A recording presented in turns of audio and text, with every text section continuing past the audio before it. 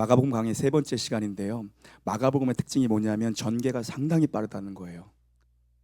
예수님의 행동과 사건을 중심으로 훅훅훅 그렇게 넘어가 버리거든요. 그래서 마가복음이 복음서 중에 제일 짧잖아요. 예수님이 요단강에서 세례를 받으시는 충격적인 사건이에요. 하나님이 죄인에게 세례를 받으세요. 세례 요한도 사람이잖아요. 하나님이 죄인에게 세례를 받으시는 충격적인 사건입니다. 예수님이 죄인의 자리로 낮아지시는 거예요. 그리고 공생의 마지막 클라이막스는 뭡니까? 예수님이 모든 죄를 짊어지시고 우리의 모든 죄를 짊어지시고 십자가에서 죽으시잖아요. 죄인이 되셔서 죄인의 모든 죄를 짊어지시고 죽으십니다. 오늘도 충격적인 사건인데요. 예수님이 요단강에서 올라오실 때에 하늘 문이 열리고 성령님께서 비둘기같이 예수님의 머리 위에 강림하십니다. 성삼위 하나님이 다 등장하시는 아주 귀한 장면이죠. 그리고 하늘부터 음성이 들립니다. 이는 내 사랑하는 아들이고 나의 기쁨이다. 11절 함께 읽습니다. 11절입니다. 시작. 하늘로부터 소리가 나기를 너는 내 사랑하는 아들이라 내가 너를 기뻐하노라 하시니라. 너는 나의 사랑하는 아들이고 너의 사역은 나의 기쁨이다. 이 하늘의 음성이 들리고 난 후에 성령께서 충격적으로 예수님을 이끌고 간 곳이 어디냐면 성령이 드라이브를 거시는데 광야로 몰고 가십니다. 몰고 갔다는 건 강하게 성령께서 강한 감동으로 밀어붙이셨다는 거예요. 축복의 요단강 스테이지 다음은 바로 광야 스테이지거든요. 광야가 헬라어로 에레모스라는 단어인데요.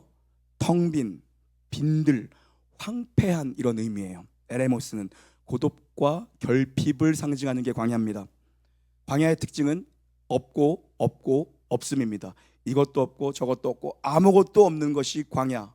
없답니다. 광야의 특징은 빈들이니까, 텅 빈이니까, 황폐하고 적막하니까. 그런데 헬라어를 넘어서 히브리어로 올라가면 광야가 미드바르라는 단어예요. 미드바르는 다바르라는 단어에서 파생된 겁니다. 다바르가 뿌리예요. 다바르는 말씀이라는 의미예요. 말씀이라는 다바르에서 광야라는 미드바르가 나온 건데 히브리어의 특징은 자음만 있고 모음이 없습니다. 초성이에요. 초성 보고 딱 느낌 감으로 초성. 그러니까 미드바르 광야는 MDVR입니다. 이스라엘 백성들은요 어려서부터 그 MDVR이라는 초성을 보면 직감적으로 그들은 뭘 생각하냐면 DVR을 생각합니다. 뭡니까? 말씀을 생각해요. 어려서부터 광야라는 단어를 보는 순간 그들은 말씀을 생각해내는 겁니다. 광야는요 없고 없는데 하나만 있습니다. 하나님 말씀만 있는 곳이 광야예요. 광야는 그래서 이중의 의미를 가지고 있어요. 아무것도 없는 곳인데 동시에 말씀이 있는 곳, 그게 광야. 아무것도 없는 황량한 곳이만 들려오는 생명의 말씀으로 살아내는 것, 그게 광야입니다. 그런데 오늘 본문에 예수님이 광야를 경험하고 계세요. 12절 읽습니다. 12절 시작. 성령이 곧 예수를 광야로 몰아내신지라. 왜 예수님께서 광야에 가셔야 되는가? 하나님이신 예수님께서 왜 광야에서 시험과 고난을 겪으셔야 되는가? 광야는 우리가 실패한 자리, 광야는 이스라엘 백성들이 실패한 자리이기 때문입니다. 시편 95편 9절 11절 시작. 그때 너희 조상들이 내가 행한 일을 보고서도 나를 시험하고 조사하였도다. 내가 40년 동안 그 세대로 말미암아 근심하여 이르기를 그들은 마음이 미혹된 백성이라 내 길을 알지 못한다 하였도다. 그러므로 내가 노하여 맹세하기를 그들은 내 안식에 들어오지 못하리라 하였도다. 아멘. 이스라엘 백성이 광야에서 분명히 실패를 했거든요. 우리가 광야에서 실패한 겁니다. 우리 인생이 광야에서 실패한 인생들이에요. 이 실패한 자리에 예수 그리스도께서 승리를 선포하시기 위해 세례를 받으시고 공생애를 시작하시면서 제일 먼저 간 곳이 바로 성령께서 광야로 예수님을 이끌고 가신 겁니다. 죄인들이 실패한 자리에서 승리를 선언하시겠다라는 거예요. 마가복음 1장 1절은 복음의 시작을 알리거든요. 마가복음 1장 1절입니다. 시작. 하나님의 아들 예수 그리스도의 복음의 시작이라. 아멘. 복음은 유앙겔리온 굿뉴스입니다. 복음 이꼴 예수님. 좀 더 길게 하면 예수님이 승리하셨다. 이게 바로 복음입니다. 다시 한번요. 복음은 예수고 예수께서 승리하셨다. 이게 복음 굿뉴스 좋은 소식입니다. 이 예수 그리스도의 승리의 소식을 선언하시기 위해 우리가 실패했던 광야로 가신 거거든요. 거기서 사단의 시험을 물리치시고 완전한 승리를 보여주시잖아요. 수많은 그리스도인들이 광야에 살고 있습니다. 성령이 예수님을 광야로 이끄셨다면 우리도 광야로 이끄십니다. 맞아요. 우리도 광야 생활을 합니다. 때로는 성령님이 우리를 광야로 이끌어 가세요. 성령은요, 우리를 요단강에, 축복의 요단강에만 머물게 하시는 분이 아니라 때로는 성령은 우리를 드라이브를 걸어서 광야로도 이끌고 가세요. 하나님의 은혜는 푸른 초장 쉴만한 물가에만 있는 게 아니라요, 하나님의 은혜는 광야에도, 폭풍 중에도, 사망의 음침한 골짜기에도 푸른 초장에서 경험해보지 못한 은혜가 거기에 있는 줄 믿습니다. 그럼 뭘 배워야 하나? 광야에서 우리가 승리를 선포하는 걸 배워야 됩니다. 시험의 자리, 고난의 자리, 환난의 자리에서, 유혹의 자리에서 그리스도께서 승리하신 것처럼 예수 그리스도를 힘입어 승리를 선포하는 걸 배워야 됩니다.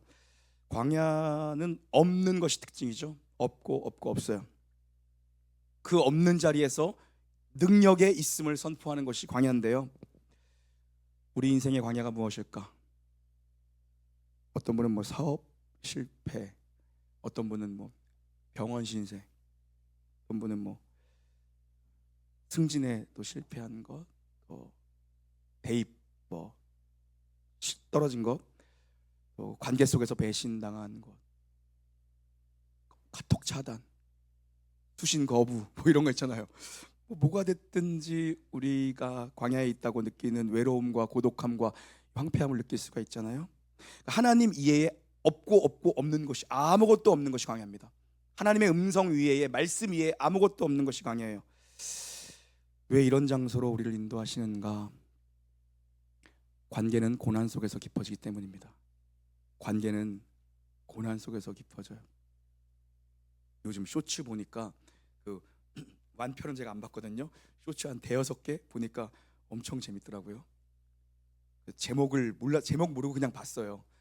그래서 제목을 장민영 집사님한테 물어봐서 알게 됐어. 또 잊어버렸네. 서울 자가에 사는 대기업 본부장? 네? 대기업 과장? 대기업 부장? 제목이 서울 자가에 사는 대기업 부장의 이야기래요. 그게 제목이에요. 깜짝 놀랐어요. 그게 제목이래. 어떤 잘 나가던 동탄 34평 자가에 사는 대기업 다니던 남자분이요, 승승장구하고 집에다 한 달에 1,000만 원씩 갖다 주고, 이럴 때는요, 부인이 사랑해, 여보 고마워, 이런 말을 해도요, 아무 감동이 없고 덤덤하고, 당연한 거 아니야? 1,000만 원씩 갖다 주는데? 이런 느낌이었대요. 시큰둥하고 뭔 얘기를 들어도 시큰둥하고, 바쁘다고 밖으로만 내돌고, 주일에는 또 골프 치러 나가야 된다고 나가고. 근데요, 이분이 퇴직금으로 사업하다가 부도나고 재기불능 몇 년 만에 스트레스 때문에 병까지 얻었습니다. 사람이 돈 잃고 건강 잃고 그러면은 뭐 정말 죽고 싶은 마음이 들지 않을까요? 사업 마감하면 친구들도 전화 잘 안 받잖아요. 잘 나갈 때는 다 그냥 3번 만에 다 받아요. 망하면 10번 울려도 안 받아. 남편이 병들어서 병원에 누워 있는데 그 부인이 아유 죽지만 말고 옆에 있어도 고마워 이랬대요. 이 남자가 이 말 듣고 내가 죽으면 안 되겠다는 소망을 얻었대요. 이 부인은 변하지 않았어요. 그 여자예요. 그리고 이 여자는요, 돈 잘 갖다 줄 때도, 잘 나갈 때도 여보 사랑해 했던 사람이에요. 그리고 지금 병들어 죽게 되고 다 잃어버린 남편 옆에서 똑같은 얘기 하거든요.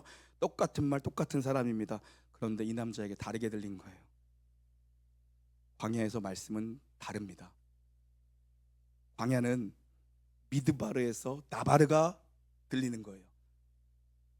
우리가 늘 같은 설교를 같은 사람이 하고 있지만 광야에 있는 사람은요, 말씀이 들립니다. 그래서 광야에서 하나님과의 관계의 끈이 엄청나게 끈끈하고 단단해져요.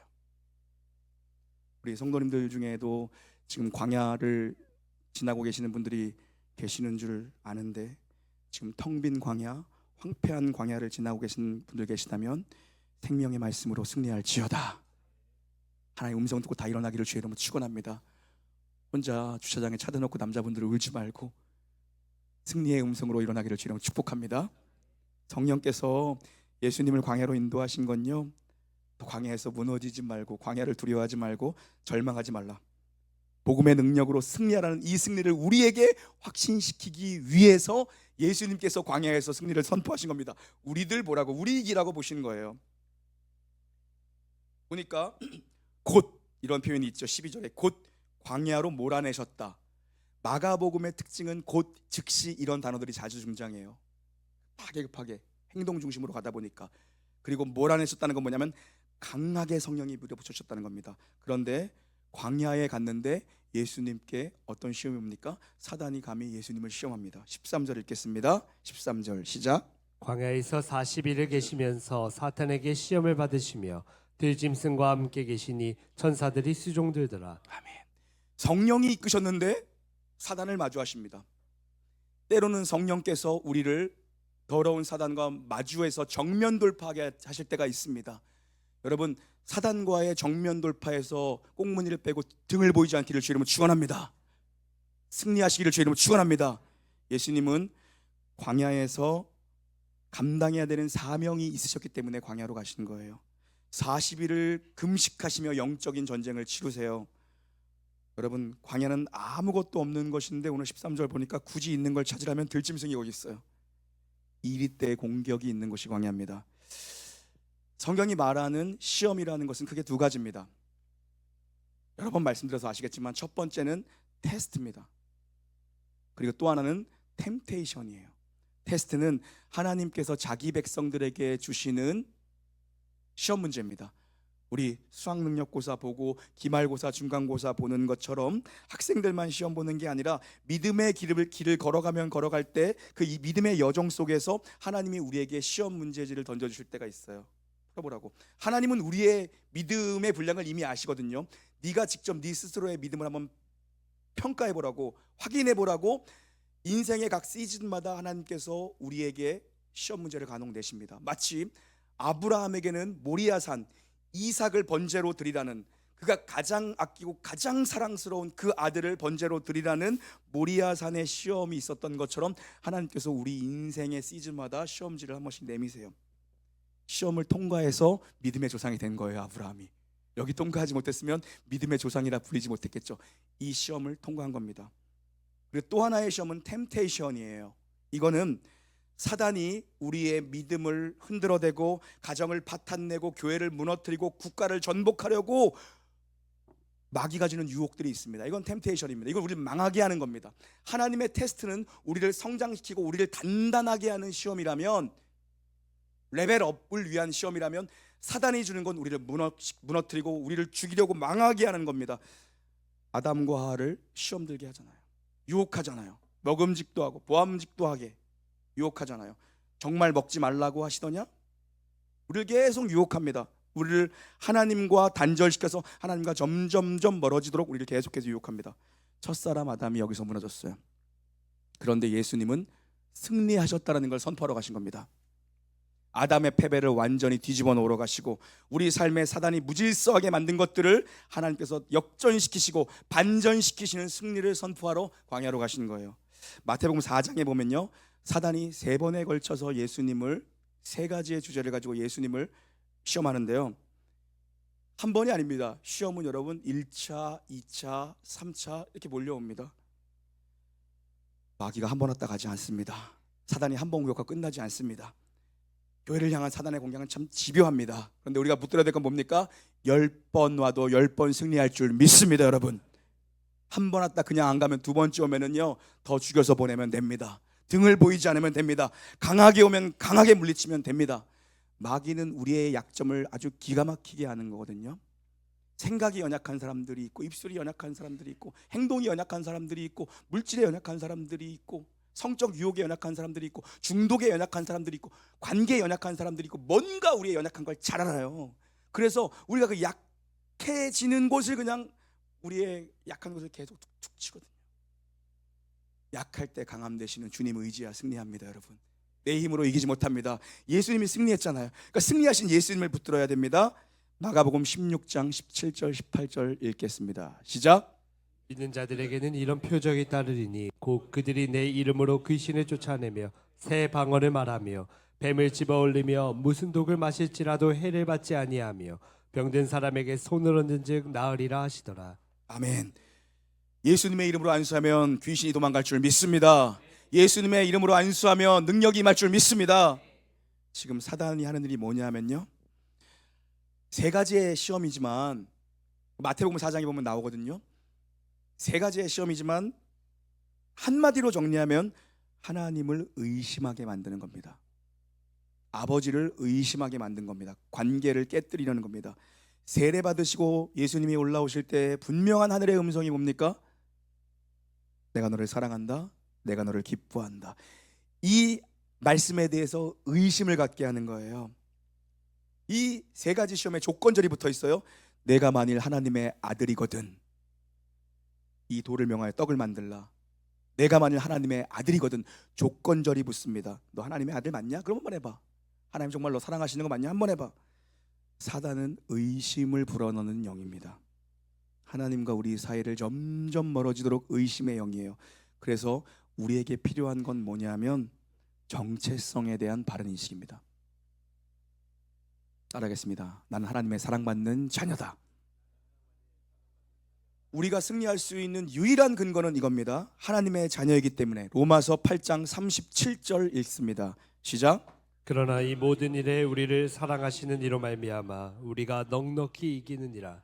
아멘. 그러나 이 모든 일입니다. 이 모든 일이 뭐겠어요? 이 모든 일이 뭐겠어요? 바로 이 앞에 단락에 있는 거겠죠. 환난이나 곤고나 박해나 기근이나 적신이나 위험이나 칼이 점점점 강도가 세지죠. 위협이, 고난이, 환난이, 시험이 점점 더 세서 마지막 목 끝에 칼까지 옵니다. 그러나 우리를 사랑하시는 이로 말미암아 우리가 넉넉히 이기느니라. 아멘. 우리가 이기는 건 뭐냐면요, 자막 한번 띄워주시겠어요? 우리가 이기는 건 뭐냐면요, 말씀 자막이요. 우리가 이기는 건 뭐냐면요, 우리가 이 모든 일에 우리가 넉넉히 이기느니라. 중간을 빼고 읽어도 상관이 없습니다. 그러나 이 모든 일에 우리가 넉넉히 이기느라, 중간을 빼도 상관없죠. 그러나 우리가 이길 수 있는 유일한 근거는 저 중간에 있는 문장입니다. 우리를 사랑하시는 이로 말미암아. 우리가 이길 수 있는 근원적인 비결은 우리를 사랑하시는 이로 말미암아입니다. 우리가 하나님의 자녀이기 때문에, 아버지가 계시기 때문에 우리가 승리할 수 있는 겁니다. 우리를 사랑하는 십자가의 그 사랑, 십자가에서 자신의 사랑을 확증하셨잖아요. 십자가가 있기 때문에, 부활의 능력과 소망이 있기 때문에 여러분 이길 수 있습니다. 하나님의 사랑이 우리를 이미 이기게 하신 거예요. 이게 기독교 신앙이 가지는 명예며 영광입니다. 하나님이 나를 사랑한다는 것이 기독교 신앙이 가지는 신앙의 유일성과 전부입니다. 여러분, 지금 비록 광야 길을 걸어가시는 분이 계시다면 광야에서 보내는 하루라도 광야의 하루를 소중히 여기기를 주의 이름으로 축원합니다. 정말 올해를 돌아보니 내 조건이 최악의 조건이고 내 자리가 최악의 자리인 것 같다 하는 광야에 있다 할지라도 여러분, 그 광야의 하루를 소중히 여기시기를 축복합니다. 어쩌면 그 광야는 책임과 선택과 기회를 하나님 앞에서 믿음으로 증명할 수 있는 시간인 줄 모릅니다. 여러분의 인생 광야 힘든 인생이지만 우리의 인생은 위대한 인생입니다. 여러분을 패배시킬 것은 아무것도 없습니다. 왜냐하면 하나님의 사랑을 막을 수 있는 것은 아무것도 없기 때문입니다. 우리를 하나님의 사랑에서 끊어낼 수 있는 것은 아무것도 없기 때문입니다. 여러분, 하나님의 사랑받은 자녀입니다. 망하지 않습니다. 광야의 하루를 가치 있고 의미 있게, 고난의 시간이 헛되지 않도록 시험의 시간이 헛되지 않도록 광야의 하루를 소중히 여기시며 하나님의 자녀라는 위대한 인생을 승리로 살아내시는 저와 여러분의 복된 또 한 주간의 삶이 되기를 주님의 이름으로 간절히 축원합니다.